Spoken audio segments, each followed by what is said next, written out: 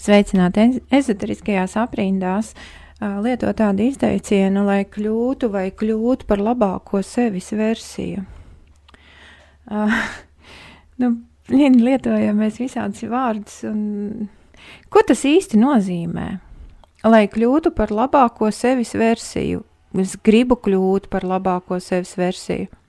Pirmkārt, tas nozīmē to, ka tagad es esmu, ja ne pati sliktākā, tad galīgi nekam nederīga tagadējā versija. To tas nozīmē, ja? Tas ir pirmais, ko mēs pasakām, sakot, ka cilvēks grib kļūt par labāko sevis versiju. Pirmais, ko viņš pasaka, ne vārdos, bet no šejienes izriet viņa sacītais, ka tagad es tādu čābīgu versijās. Tālāk, ja es saku, ka gribu kļūt par dakteri, tad man ir kaut kāds priekšstats par to, kas ir dakteris, pareizi. Ja es saku, ka es gribu kļūt laimīga, tad arī man ir kaut kāds, vismaz aptuvens, tomēr ir priekšstats par to, kas ir, kā tas izskatās, vai kāda varbūt pat sajūta, kad ir laimīga. Bet tad, kad es saku, ka es gribu kļūt par labāko sevis versiju, ko tad tas nozīmē? Kur es esmu redzējusi, kura ir man labākā mana versija vai tavējā, mīļo klausītāji? Mums ir jābūt kaut kādam priekšstatam, kāda tā versija ir. Un tagad es par viņu gribu kļūt, jo, tagadējā versija galīgi čābīga.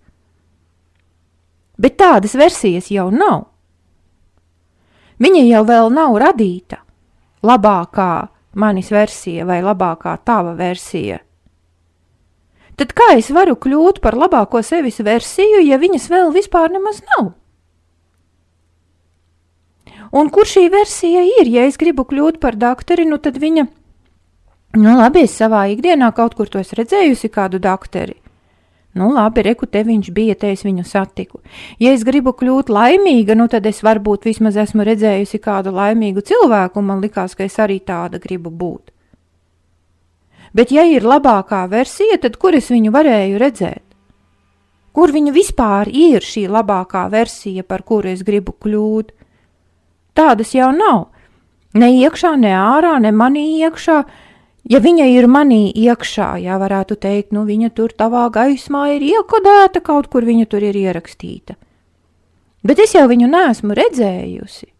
Kā es zināšu, tagad es kaut ko daru, visādus tur praktizēju un mācos un visu, ko izpildu visādas darbības, lai kļūtu par labāko savu versiju. Kā es zināšu, ka tagad man ir tā labākā versija? Saprotiet, ar šiem jautājumiem un arī ar iespējamām atbildēm, es gribu jums parādīt, ka vismaz manā saprašanā šāds izteiciens ir pilnīgi bezjēdzīgs, absolūti bezjēdzīgs. Bezjēdzīgu vārdu kombinācija.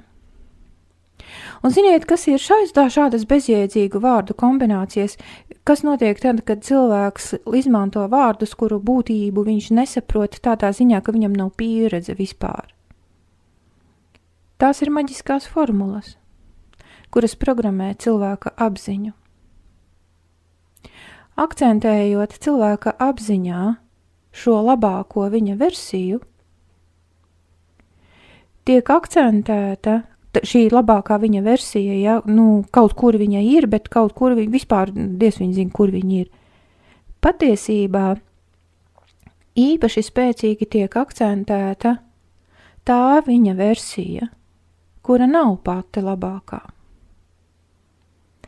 Izdarot spiedienu uz vēlamo pusi, tiek izdarīts vienlaicīgi spiediens arī uz nevēlamo.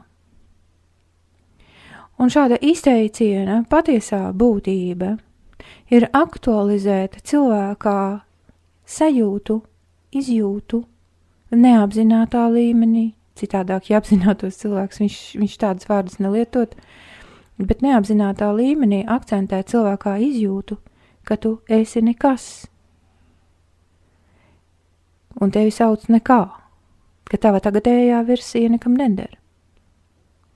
Un ja pieliek to, ka iespējams tu tā arī jūties, jo biežāk, vairāk nekā gribētos sastopies ar nepatīkamām izjūtām, tad šī maģiskā programma ietekmē tevi nelabvēlīgi. tu tiec ieprogrammēts uz to, ka nekādu versiju tu nekad arī neatradīsi. Tu meklēsi, tu tērēsi naudu, laiku un visādus citādus resursus, bet nekādu labāko sevis versiju tu neatradīsi, jo šādas versijas nav. Vispār, principā, teorētiski viņa nemaz nevar būt. Ne tava, ne mana, ne tevī, ne kaut kur ārpus tevis. Šādas versijas mums nav. Tāpēc šis ir viens no tiem izteicieniem, kurš liek man domāt, ka bieži vien ezoteriskā rakstura mācībās ir īpaši tās daļas, kuras runā par tādiem ļoti, ļoti abstraktiem jēdzieniem, kur tiešām cilvēkiem praktiskās dzīves pieredzes nav, viņiem, tur notiek beigās manipulācijas ar cilvēku apziņu. Izmantojot to, ka cilvēks sevi neapzinās, viņš jau arī šīs manipulācijas neapzinās. Viņš ir absolūti neaizsargāts pret šādu apziņas programmēšanu. Lūk, tas bija viens tāds, kas man te iekrita acīs.